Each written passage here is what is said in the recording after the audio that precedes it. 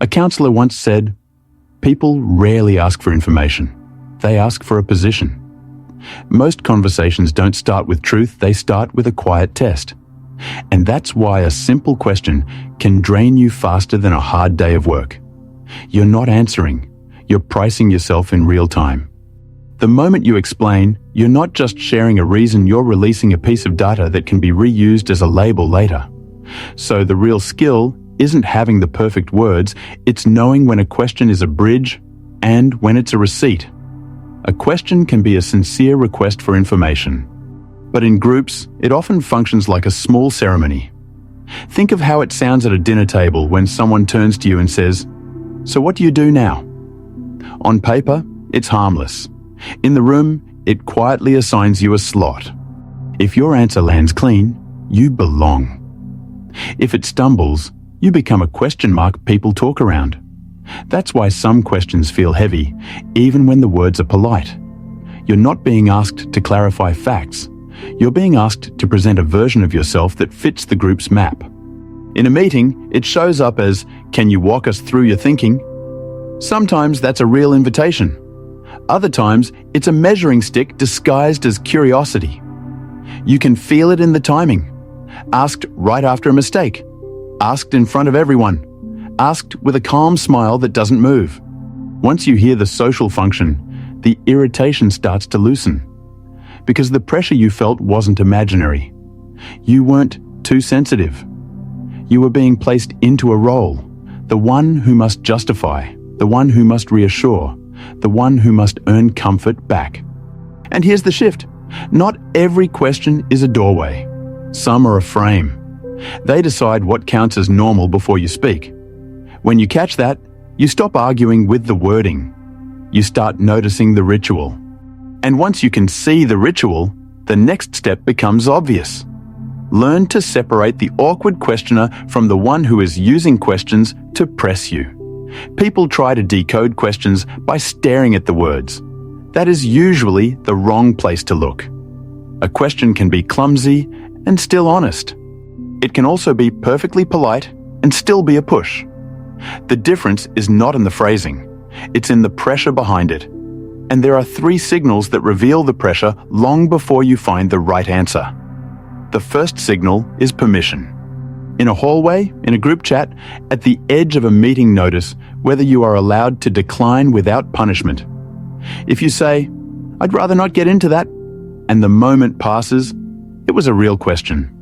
If the tone tightens, if the smile stays, but the room becomes colder, the question was never about information. It was about access. The second signal is what they're trying to collect. Some people want data. They ask so they can understand. Others want a label to stick on you. Anxious, defensive, difficult, untrustworthy. You can hear it when the question doesn't open anything. It closes you into a position. You answer, and somehow you are still wrong because the goal was not clarity.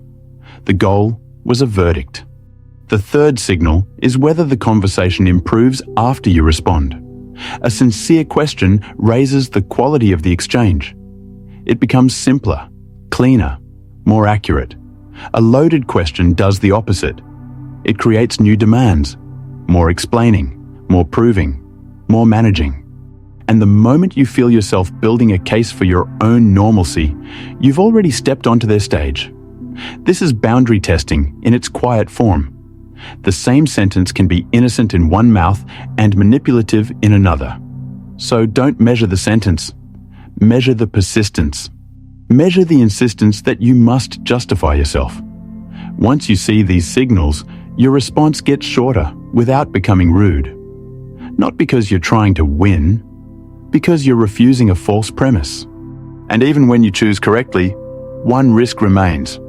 When you give less, people often fill in the blank for you.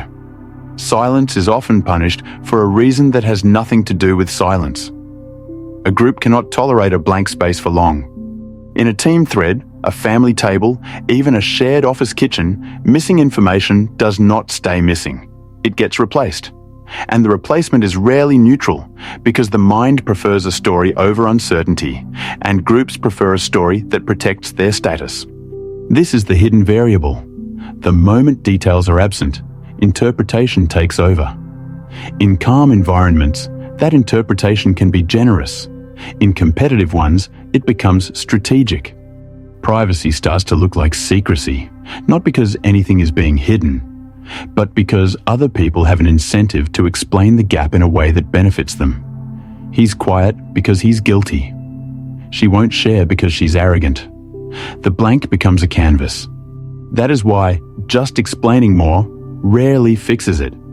Explanations feed the same machine. More material to twist, more angles to discuss, more room for someone else to translate the meaning for the room. The goal is not to defend the details.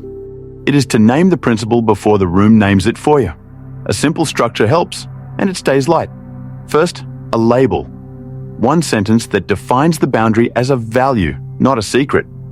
I keep some things private so I can think clearly. I don't discuss personal matters at work. Second, cooperation. One sentence that keeps the conversation moving. If you need my decision, I can give it by Friday. If this affects the project, tell me what you need, and I'll respond to that. Notice what changes. The focus shifts from your interior to the task, from your motives to your actions. The story loses oxygen. Privacy is not suspicious. It's unfinished space. Reputation does not move like morality. It moves like information.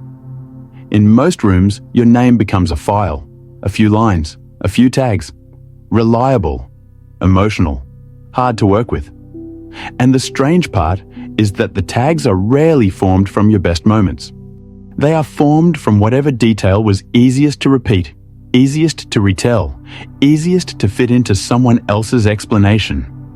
This is why answering can feel like relief in the moment. You give a small piece of context, and the tension drops. The room relaxes. The conversation continues. But that relief is not free, because the detail you offer does not disappear after it does its job. It stays in circulation. Think of a workplace thread on a Monday morning. Someone asks why you were quiet in last week's meeting. You give the clean, honest reason. I didn't sleep much. Family stuff. It sounds harmless. It even sounds human. Then 2 months later, a deadline gets tight, and someone remembers the same line not with compassion, but as a category. He's not stable under pressure. The cost arrives late, in assignments you don't get, in assumptions you didn't authorize, in the way your silence is now explained for you. So a useful comparison is simple. When you speak, you are not only communicating, you are minting material. Some of it buys calm today. Some of it becomes currency other people spend later. And understanding the model is still not enough. Because when you feel accused, the body reaches for the old reflex, explain, soften, prove. That's what we need to face next. When the pressure rises, the mistake is not speaking. The mistake is stepping into the role of the one who must prove. A simple test works in almost any room. Label the state, then bide 10 seconds. I want to answer cleanly, give me a moment. Look down at the notes, take one slow breath, or drink a sip of water. Nothing dramatic, just time reclaimed. If the other person respects that pause, the conversation is about truth. If they punish it, the conversation was about control. If this helped, like and subscribe. More Stoic lessons each week.